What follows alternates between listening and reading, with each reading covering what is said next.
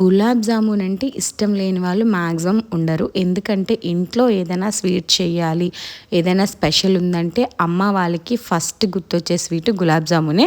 ఎందుకంటే ఈజీగా అయిపోతుంది అండ్ పిండి కూడా బయట నుంచి తెచ్చేసుకుంటాం కాబట్టి ఎప్పుడు అలానే ఉండలు చేసుకొని సిరప్లో వేసుకొని తిని, ఇలా కాకుండా ఈజీ ప్రాసెస్ నేను మీకు ఈరోజు చూపిస్తాను.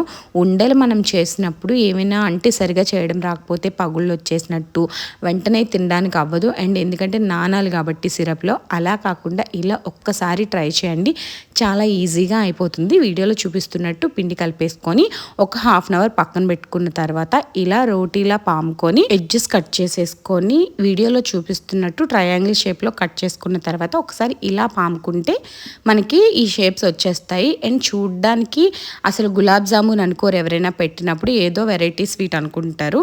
ఇలా చేసుకున్న తర్వాత మనం ఆయిల్ స్టవ్ మీద పెట్టుకొని ఆయిల్ కాగిందో లేదో చూడడానికి ఫస్ట్ ఒకటి వేసుకోండి.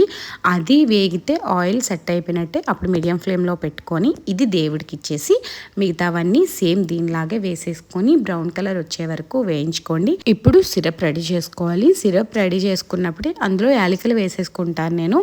యాలకులు టేస్ట్ సిరప్కి బాగా పడుతుంది, టేస్ట్ కూడా చాలా బాగుంటుంది. సిరప్ రెడీ చేసిన తర్వాత ఈ రెడీ చేసుకున్న గులాబ్ జామున్ని సిరప్లో వేసేసుకోండి. వేయడం కూడా నేను వీడియో తీయడం మర్చిపోయాను.